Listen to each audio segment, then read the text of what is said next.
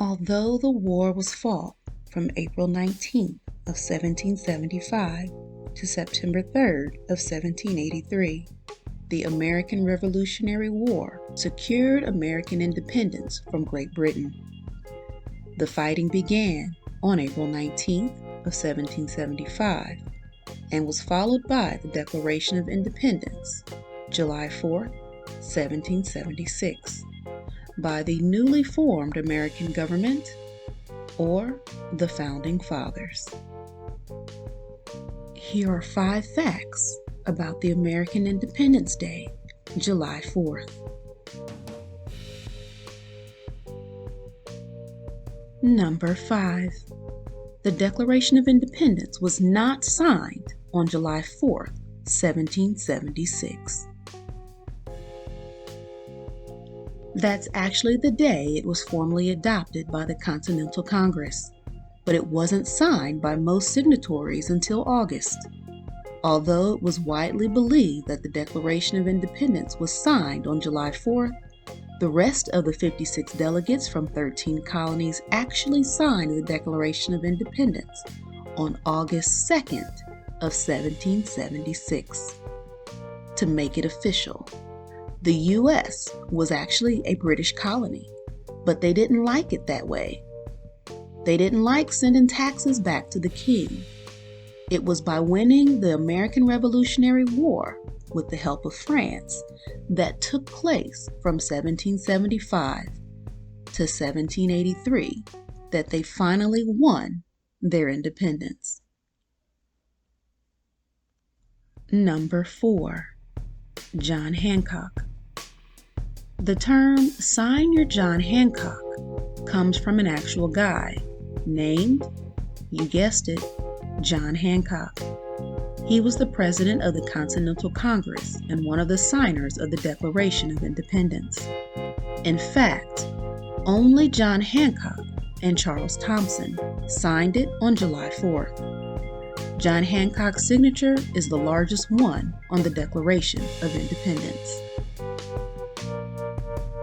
Number 3. Finally, America realizes that its people have to work. It wasn't until 1941 that July 4th, Independence Day, was declared a national paid holiday in the United States. Number 2. The third verse of the Star-Spangled Banner. The Star-Spangled Banner is the national anthem of the United States. The lyrics come from The Defense of Fort McHenry, a poem written on September 14, 1814, by a 35-year-old lawyer and amateur poet named Francis Scott Key. Francis Scott Key witnessed the bombardment of Fort McHenry by British ships of the Royal Navy.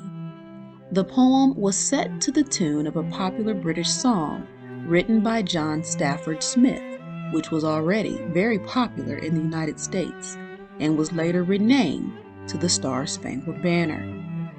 The Star-Spangled Banner was recognized for official use by the United States Navy in 1889 and by U.S. President Woodrow Wilson in 1916, and it was made the national anthem by a congressional resolution on March 3rd of 1931. Although the poem has 4 stanzas, only the first is commonly sung today. I wonder why.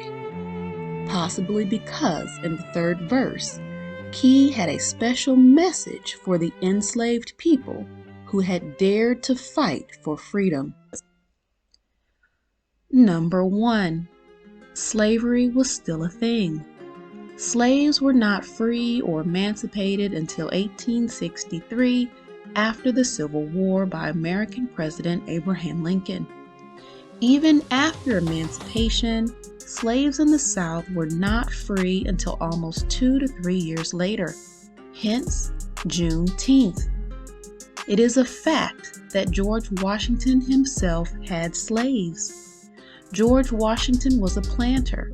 He owned a plantation, which he called Mount Vernon.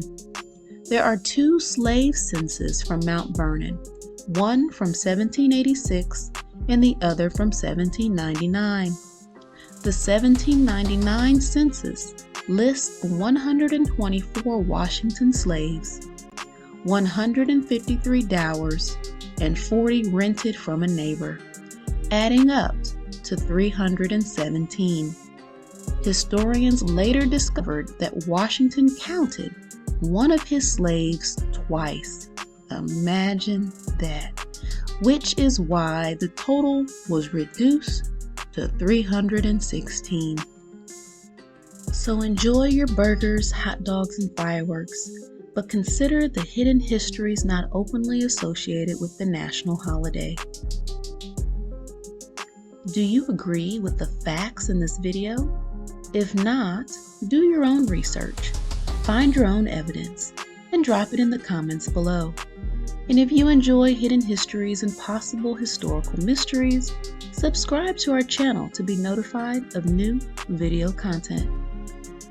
Thanks for watching.